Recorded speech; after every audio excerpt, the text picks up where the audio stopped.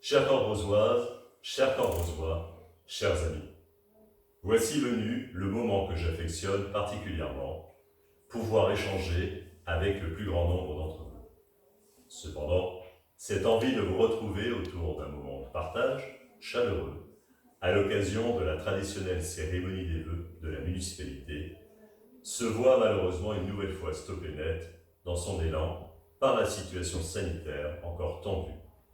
Et je tiens d'ailleurs à saluer tout particulièrement les membres du corps médical, les aides-soignants, les infirmiers, les médecins, mais aussi notre pharmacien qui sont tous à nos côtés dans la lutte contre cette pandémie.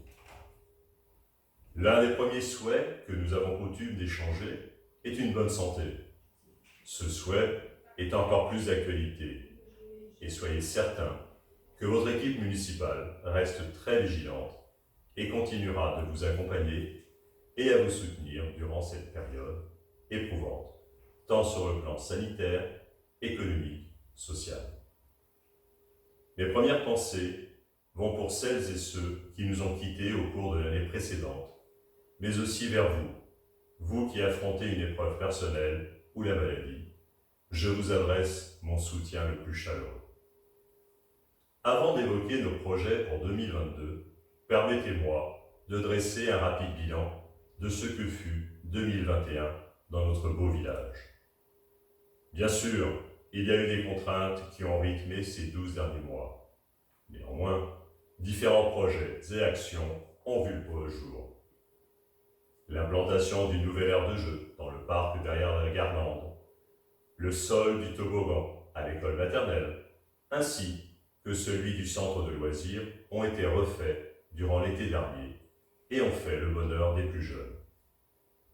Grâce au plan école numérique innovante et ruralité que nous avons sollicité, nous avons perçu une subvention pour compléter notre investissement, d'ailleurs dans les petits robots, les fameux Bluebots, pour l'école maternelle, un écran interactif, et nous avons pu également doter l'école élémentaire d'un tableau numérique interactif et de 6 nouveaux ordinateurs portables.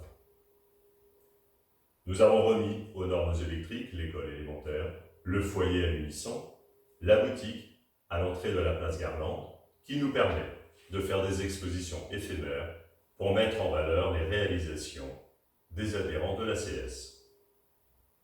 Dorénavant, les concessions du cimetière sont gérées via un logiciel et la tombe d'un ancien curé du village a été réhabilitée. Le schéma directeur d'assainissement a été achevé et des travaux de remise aux normes vont pouvoir être menés dès cette année.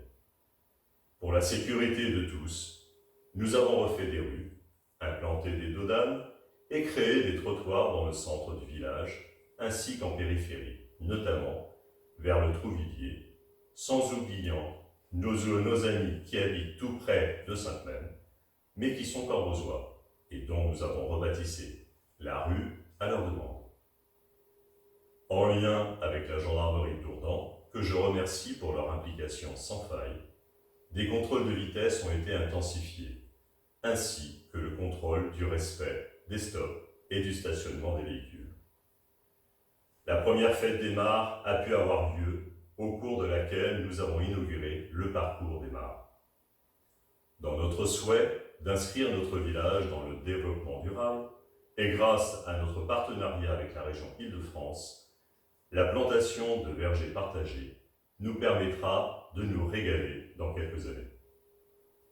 Nous avons pu renouer avec la cérémonie Un arbre des enfants en l'honneur des enfants nés dans l'année.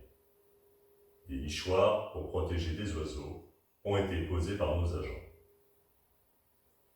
Mes collègues de la CCDH ont voté à l'unanimité la proposition de budget pour l'édition de 6 000 chèques de 10 € en faveur des commerçants de l'ensemble du territoire. L'inauguration de notre marché dominical mensuel, maintenu chaque mois de l'année, a rencontré un beau succès grâce à vous tous et à votre fidélité à la vingtaine de commerçants qui se sont relayés tout au long de l'année. Complétés cette année également par le marché de Noël, qui a été le fruit du travail commun d'une grande partie des forces vives de notre commune.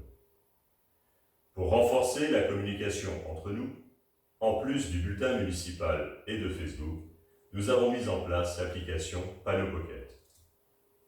Je tiens à remercier très sincèrement tous les acteurs de cette vie de notre village dynamique. Je pense bien évidemment à l'ensemble de mes coéquipiers du conseil municipal qui œuvrent pour nous, tous, sans compter leur temps passé ni l'énergie déployée. Également, l'équipe du Centre communal d'action sociale, souvent dans l'ombre, mais qui sait orchestrer à merveille ses actions. Nos anciens ont ainsi pu profiter, en cette fin d'année, de beaux colis composés de produits achetés auprès des entreprises corbeausoises ou du territoire de la CCDH, mais également d'un repas de fête particulièrement convivial, préparé par un traiteur d'Ourdanais. Les associations, leurs bénévoles infatigables et les entreprises qui portent le développement économique à Corbreuse, à la fois en tant que pourvoyeurs d'emploi, et ils favorisent bien évidemment les liens de proximité. Un énorme merci également à eux.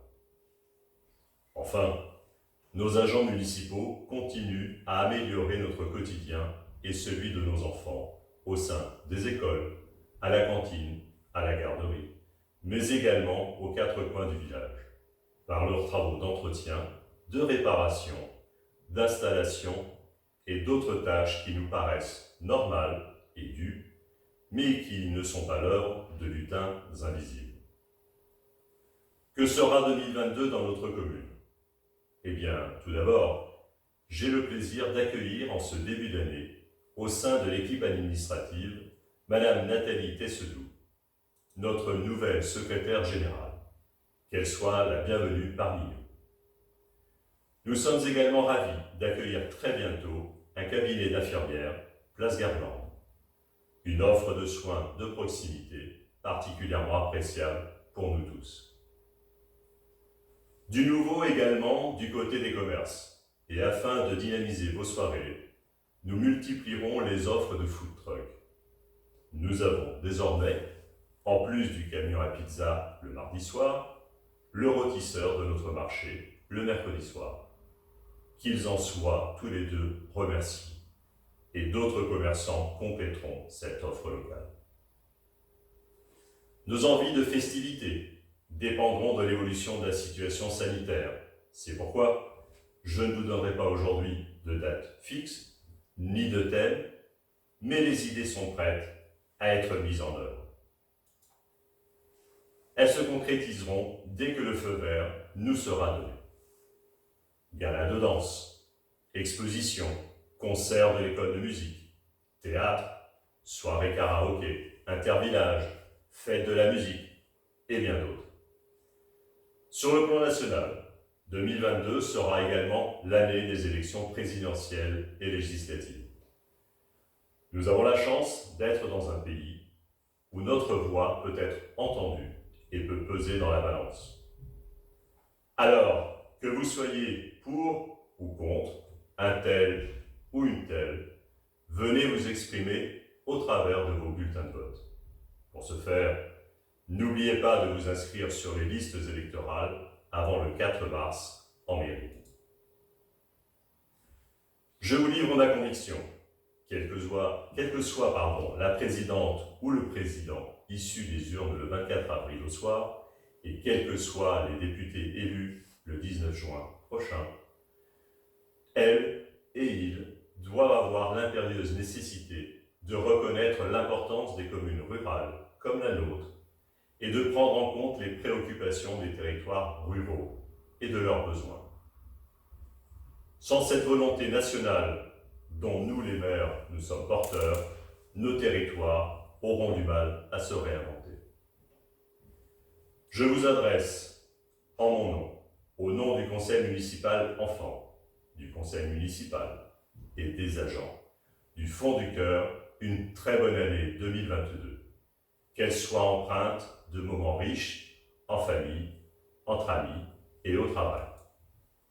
En attendant, le bonheur de vous retrouver. Vous pourrez découvrir ou redécouvrir notre beau village rural dynamique. À bientôt.